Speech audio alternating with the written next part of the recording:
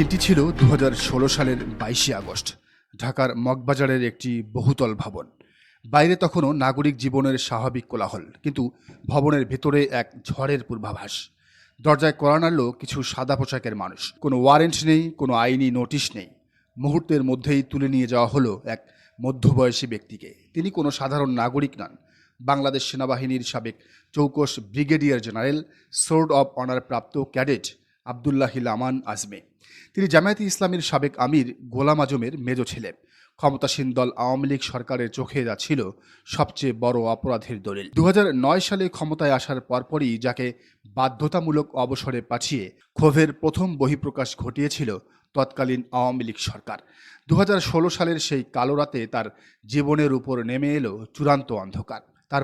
তারপর দীর্ঘ 8টি বছর, 2908টি রাত, প্রায় 70,000 ঘন্টা। একটি চিরকুটের হদিশ নেই, বেঁচে থাকার কোনো প্রমাণ নেই। চারদিকের দেয়ালে ঘেরা 1 ইঞ্চি আলোর রেখাহীন গোপন বন্দিশালা আয়নাঘর হয়ে উঠল তার পৃথিবী, যেখানে প্রতিটি সেকেন্ড কাটত মৃত্যুর প্রতীক্ষায়, যেখানে কান পাতলেই শোনা যেত শুধু বন্দীদের কান্নার আওয়াজ আর বুটের শব্দ। বাইরে তখন মায়ের আর্তনাদ, স্ত্রীর চোখের জল আর 2 অবুঝ শিশুর পিতার অহবের দীর্ঘশ্বাস। পেন্টাগন থেকে রয়টার্স, বিশ্বের মানবাধিকার সংস্থাগুলো বারবার প্রশ্ন তুলেছে এই অদৃশ্য মানুষগুলোকে নিয়ে, কিন্তু তৎকালীন সরকারের পক্ষ থেকে জবাব এসেছে কেবলই নির্মম নীরবতা। ইতিহাসের চাকা চিরকাল এক জায়গায় স্থির থাকে না। 2024 সালের আগস্ট মাসে ছাত্র জনতার এক অভূতপূর্ব রক্তক্ষয়ী অভ্যুত্থানের মুখে পতন ঘটে দীর্ঘ 15 বছরের ফ্যাসিবাদী শাসনের। অবসান হয় এক স্বৈরাচারী অধ্যায়ের। আর এই রাজনৈতিক ভূমিকম্পের পরপরই আয়নাঘরের লোহার কপাট ভেঙে একে একে বেরিয়ে আসতে শুরু করেন নিখোঁজ হওয়া জ্যান্ত লাশগুলো। তাদেরই একজন আবদুল্লাহিল আমান আজমি। যখন তিনি দীর্ঘ 8 বছর পর আলোতে পা রাখলেন, সারা দেশ স্তব্ধ হয়ে দেখল এক জীর্ণ শীর্ণ কিন্তু মেরুদণ্ড সোজা রাখা সেনা কর্মকর্তাকে। কিন্তু গল্প এখানেই শেষ নয়। 2024-এর পট পরিবর্তনের পর দেশের রাজনৈতিক এবং সামরিক ইতিহাসে যে অভাবনীয় মোড় আসতে যাচ্ছিল তা টের পাওয়া গেল 2026-এর বিশেষ প্রজ্ঞাপনে। বর্তমান সরকারের অধীনে প্রতিরক্ষা মন্ত্রণালয় থেকে জারি করা হলো এক ঐতিহাসিক নোটিশ। বিগত 15 বছরে রাজনৈতিক প্রতিহিংসার শিকার হয়ে চাকরিচ্যুত হওয়া 150 জন সেনা কর্মকর্তাকে ভূতাপেক্ষ পদোন্নতি এবং তাদের প্রাপ্য মর্যাদা ফিরিয়ে দেওয়ার সিদ্ধান্ত নেওয়া হলো। আর এই তালিকার সবচেয়ে চমকপ্রদ নামটি ছিল আবদুল্লাহিল আমান আজমি। তাকে শুধু চাকরি ফিরিয়ে দেওয়া হয়নি, দেওয়া হয়েছে সেনাবাহিনীর সর্বোচ্চ র্যাঙ্ক লেফটেন্যান্ট জেনারেল। এর সাথে যুক্ত হয়েছে বিগত 15 বছরের বকেয়া বেতন, উৎসব ভাতা এবং দীর্ঘ বন্দিত্বের ক্ষতিপূরণ হিসাবে 1 কোটি টাকার বিশেষ আর্থিক প্যাকেজ। এই প্রজ্ঞাপনটি জারি হওয়া মাত্রই ভূরাজনৈতিক মানচিত্রে এক তীব্র কম্পন অনুভূত হলো। সবচেয়ে বড় ধাক্কাটি লাগলো সীমান্ত পেরিয়ে ওপারে, ভারতের নয়াদিল্লিতে। বিগত 1.5 দশক ধরে যারা ঢাকাকে নিজেদের একচেটিয়া প্রভাব বলয়ে রেখেছিল, সেই ভারতীয় মিডিয়াগুলোর স্ক্রিন যেন মুহূর্তেই লাল হয়ে উঠল। ঘন্টার পর ঘন্টা চলতে লাগলো বকেয়া ব্রেকিং নিউজ। আনন্দবাজার থেকে শুরু করে রিপাবলিক বাংলা কিংবা ইন্ডিয়া টুডে, সবার সুর এক। বাংলাদেশে কি তবে পাকিস্তানপন্থীদের উত্থান হচ্ছে?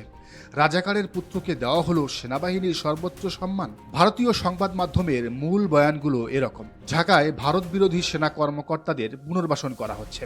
আমান আজমির মতো কট্টরপন্থীদের এই পদোন্নতি ভারতের উত্তর পূর্বাঞ্চলের নিরাপত্তার জন্য এক বিরাট হুমকি। ভারতের এই তীব্র প্রতিক্রিয়ার পেছনে কেবল আমান আজমির পারিবারিক পরিচয় ছিল না, ছিল এক গভীর মনস্তাত্ত্বিক পরাজয়ের গ্লানি।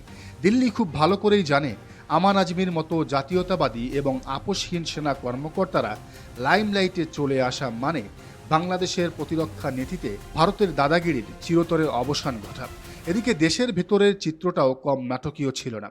ঢাকার চেনা বামপন্থী বুদ্ধিজীবী এবং সাবেক সরকারের সুবিধাভোগী মিডিয়াগুলো একযোগে মাঠে নেমে পড়ল। তাদের কপালে চিন্তার ভাঁজ। তারা এটিকে রাজনীতিকরণ এবং রাজাকারের পরিবারকে তোষামত বলে আখ্যায়িত করতে শুরু করলো। কিন্তু এই সস্তা প্রোপাগান্ডা যে জনমনে বিন্দুমাত্র দাগ কাটতে পারছে না, তা তারা বুঝতে ভুল করছে। কারণ মানুষ এখন আর অন্ধ প্রোপাগান্ডা নয়, 15 বছরের জুলুমের অবসান দেখতে চায়। এরই মধ্যে দেশের রাজনৈতিক আকাশে চাউর হতে শুরু করেছে এক নতুন গুঞ্জন। গুঞ্জনটি হলো আমান আজমি নাকি আনুষ্ঠানিকভাবে বিএনপিতে যোগ দিচ্ছেন। বিএনপিতে যোগ না দিলেও সরকারের উপদেষ্টা হিসেবে কিংবা তারেক রহমানের বিশেষ উপদেষ্টা হিসেবে নাকি তাকে নিয়োগ দেওয়া হতে পারে। আর এই গুঞ্জনের পালে জোর হাওয়া দিয়েছে স্বয়ং আমান আজমির ভেরিফাইড ফেসবুক থেকে দেওয়া একটি খোলা চিঠি। তিনি তারেক রহমানকে সম্বোধন করে একটি আবেগঘন এবং রণকৌশলগত চিঠি লিখেছেন। চিঠিতে তিনি লিখেছেন, মাননীয় প্রধানমন্ত্রীর প্রতি খোলা চিঠি। সামরিক পরিবারের এক বীর শহীদের গর্বিত সন্তান হিসেবে বঞ্চিতদের মর্মবেদনা আপনি বুঝতে সক্ষম হবেন বলেই আমি দৃঢ়ভাবে বিশ্বাস করি। মুসলিমের প্রতি সুবিচার নিশ্চিত করার এই মহান কাজে আপনাকে যে কোনো ধরনের সহায়তা করতে আমি প্রস্তুত। চিঠিতে তিনি প্রধানমন্ত্রীকে জাতির অভিভাবক হিসেবে আখ্যায়িত করেছেন এবং এই ইনসাফ কায়েমের জন্য ভূয়সী প্রশংসা করেছেন।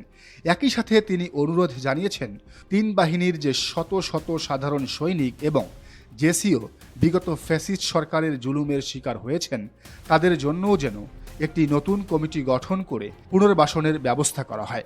বিএনপিপন্থী বিশ্লেষকরা বলছেন, তারেক রহমানের দূরদর্শী নেতৃত্বের কারণেই আজ এই ঐতিহাসিক ক্ষতিপূরণ এবং পুনর্বাসন সম্ভব হয়েছে।